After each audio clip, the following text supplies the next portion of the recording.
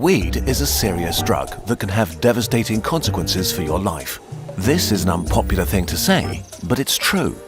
We don't think it should be illegal because for most people using weed isn't problematic or has only mild negative consequences. But about 20% of people who've ever tried it develop cannabis use disorder, and some of them become severely addicted.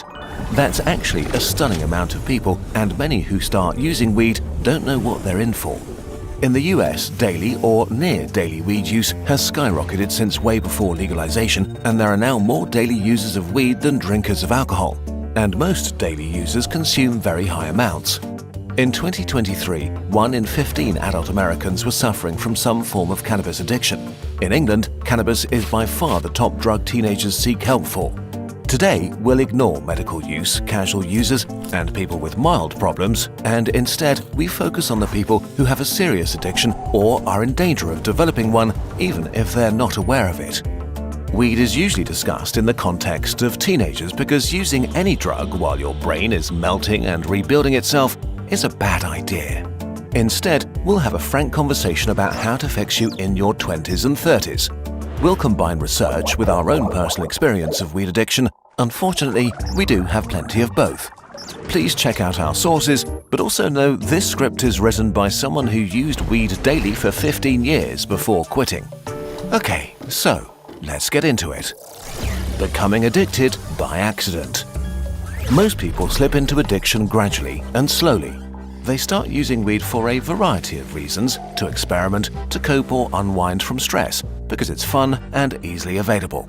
Weed can make you feel more alive and things more exciting. Music sounds better, movies are funnier, food is a delight. It can be great fun with friends and a major source of comfort. The frequency with which you're consuming weed is the most obvious thing to look out for. If you're using daily or almost daily, this is a clear sign you're developing a problem. As a daily user, your risk of cannabis use disorder is up to 30%, and certainly a pretty relevant risk since it might take years before you realize the full weight of it. So, if you're not careful about it, what started out as an occasional high becomes more and more normalized. Bit by bit, your weekends revolve around weed or shift to activities that you can do stoned. Often other hobbies or obligations become less of a priority.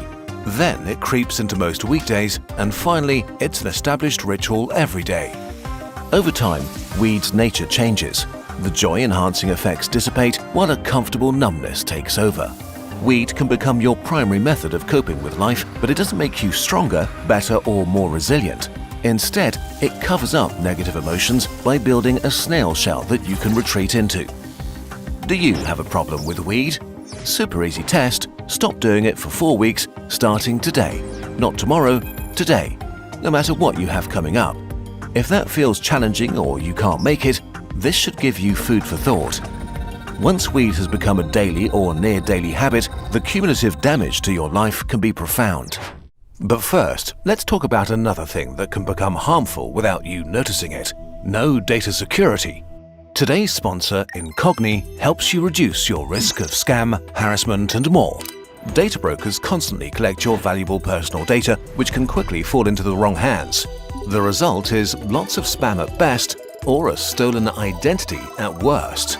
But you often don't even know that your data has been sold, and it's really hard to get it removed. Besides, other brokers will continue right away, so it starts all over again. Incogni helps you break the loop. Simply give Incogni permission to work on your behalf, and your data will be deleted automatically and is no longer offered for sale. You can also use the custom removal service to delete your data from specific sites that have exposed it without permission. Incogni is the first and only data removal service that's been verified by Deloitte. Use the code Kurzgesagt to protect your peace of mind and get 60% off annual plans. And now, back to weed. Forever tomorrow. For problematic weed users, life can sometimes progress in slow motion. The addiction keeps you where you are, while your body ages and your friends move forward. But youth masks stagnation. For years, you don't notice how much weed might be holding you back because if you're young, life changes by itself. The outside world takes on the initiative and provides a lot of support for you. You're surrounded by peers, may still have childhood friends, progress through school, start work or university, and find new places and friendships. Moving slowly is kind of okay in your 20s as life naturally throws experiences and challenges at you. But it's still not great for you. This is the time when your body is probably at its peak and you can use it for things you'll not be able to do later, from sports to dating and staying out late, traveling and experiencing the world. It's the easiest time to build a healthy social life, the greatest predictor of how happy you'll be over the next few decades. You'll likely never have fewer responsibilities again, so you can explore and take risks. Spending this time stoned with passive activities like scrolling over reposts on Reddit is something you might regret later. You'll never get this period of your life back. As you age out of your 20s, things change massively. Around this time, most people naturally tone down their weed consumption or quit entirely. You're entering one of life's great inflection points, and you risk getting left behind. Your social life is different after 30. Friendships need care, attention and active time investment to survive, and weed addiction works against you on multiple levels. Studies show that for some people, weed can worsen social anxiety, especially if you start using more and more. And once you feel anxious about socializing, it becomes pretty tempting to just stay home and avoid events or new experiences. Since weed numbs feelings, it's easy to push away FOMO or guilt about cancelling last minute. You'll go next time. But will you? Speaking from personal experience, you may turn into a friend that's unreliable, flaky, or rarely shows up anymore. But the more opportunities to hang out with friends you skip, the fewer will be there in the future. Especially if you do weed alone, it can become the central focal point in your life. Reports show that many people with addictions gradually reduce the activities or hobbies they once enjoyed in favor of consuming. Bit by bit, this can make you withdraw from the people in your life. While this can be pretty bad for your social life in your 20s, it may be catastrophic by the time you turn 30. Because in their 30s, most people are plenty busy. Careers, partners, travel, children, and their closest friends are now priorities. Free time becomes super valuable, and casual hangouts turn into two adults comparing their calendars. So people in their 30s are way more selective about what and who they spend their time with. Smoking a joint drops way down their priority list. Even without falling out, you may simply become incompatible if your identity becomes tied up with weed or when your friends have a lot going on and you don't. This happens a lot without weed, but weed can supercharge it. So many problematic weed users focus on a small circle of friends and acquaintances who are also using weed. This can create an isolation trap. If your friends quit or they withdraw to use it alone, you can face sudden isolation and loneliness. Or you may feel pressure to keep using it because you're scared of losing your friends. It's harder and takes longer to make new friends in your 30s than in your 20s, so to change your situation you need courage, energy and motivation, things weed addiction makes much harder to muster. Worse still, people who feel lonely tend to use more weed to cope, which is linked to even more social isolation. Weed can fill the role of your best friend. It's there when you're lonely, it makes you feel okay in the moment. Your love life can also suffer. Social anxiety and complacency is a great motivator to put off dating and having sexual experiences in your 20s, and it doesn't get much easier as time passes. In relationships, weed addiction can be extremely disruptive. Reports show that partners of daily users can feel neglected, that couple communication can break down, and that trust evaporates. The addicted partner usually doesn't realize how poorly they're handling relationship issues and can be blindsided when their love leaves them.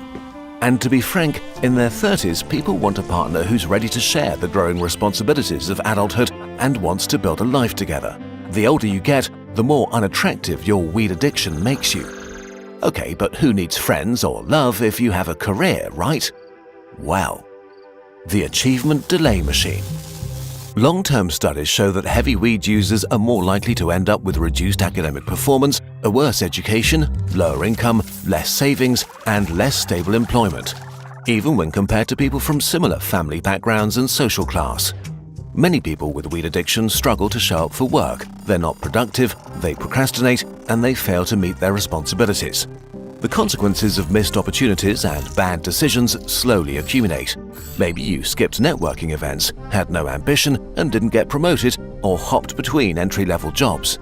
It's also much harder to build up savings since the addiction can cost you thousands each year. In your 20s, you transition from being useless to being good at something. And so in your 30s, expectations from others and yourself change sharply. People tend to cut you a lot of slack when you're young, but this has an expiration date. The older you get, the worse it feels to compare yourself to peers that are moving on in life and start achieving things. And it's not just career goals. If you spend a decade or two using weed all the time, you grow less as a person. You probably traveled less, went out less, met fewer people, had fewer interesting experiences, and in a way, lived less than your peers, which also really becomes noticeable in your 30s. In some studies, long-term chronic weed users had significantly lower life satisfaction, from their motivation and pursuit of personal goals, social and love life, to careers and options. Your life may just overall be much less fun and fulfilling than it could have been. On top of all this, your mental health is the final thing that you may erode over time. The prison of weed. What makes weed addiction so devious is how at first it can seem to improve your mental health. It can calm anxiety or depressive feelings, make you more relaxed and feel less lonely. But weed acts on your brain's reward system, and the effects can flip without you noticing. Weed can damage your ability to regulate your emotions and can worsen anxiety or depressive feelings and can escalate into serious mental disorders, which you might think that you can self-medicate against by doing even more weed. This can impair your coping skills, making you fragile and easily overwhelmed, unable to deal with stress, increase anxiety or depressive symptoms, worsen your mood, cause mood swings and irritability. The addiction can hold back a dam of bottled-up negative feelings that's ready to crash into you and the people around you at any time, until eventually it doesn't work anymore. Especially during a mental health crisis, weed can make things much worse for you. On the flip side, there's research that shows that addicted people who give up weed experience a noticeable improvement in their mental health. Here's the thing. All the negatives we talked about, missing your life as it flies by, social isolation and not even getting close to living up to your potential, are not happening sometime in the future, but today. No matter your age, if you find yourself addicted or in danger of becoming addicted, there is a way out. It's not fun and it will be hard. You need to quit. And the earlier you do, the better your life will be. Don't give up. There's a whole life out there waiting for you. Sometimes seeing your progress can make all the difference. The author of this video used our human era calendar to track not just his reduced weed consumption, but the amazing things he did instead. Trips taken, friends met, goals reached. Of course, you can use any calendar, but if you want a unique work of art that also supports Kurzgesagt, the 12,026 human era calendar is available now. This year's edition tells 12 breathtaking stories about our connection to the stars to inspire your own journey into a new life.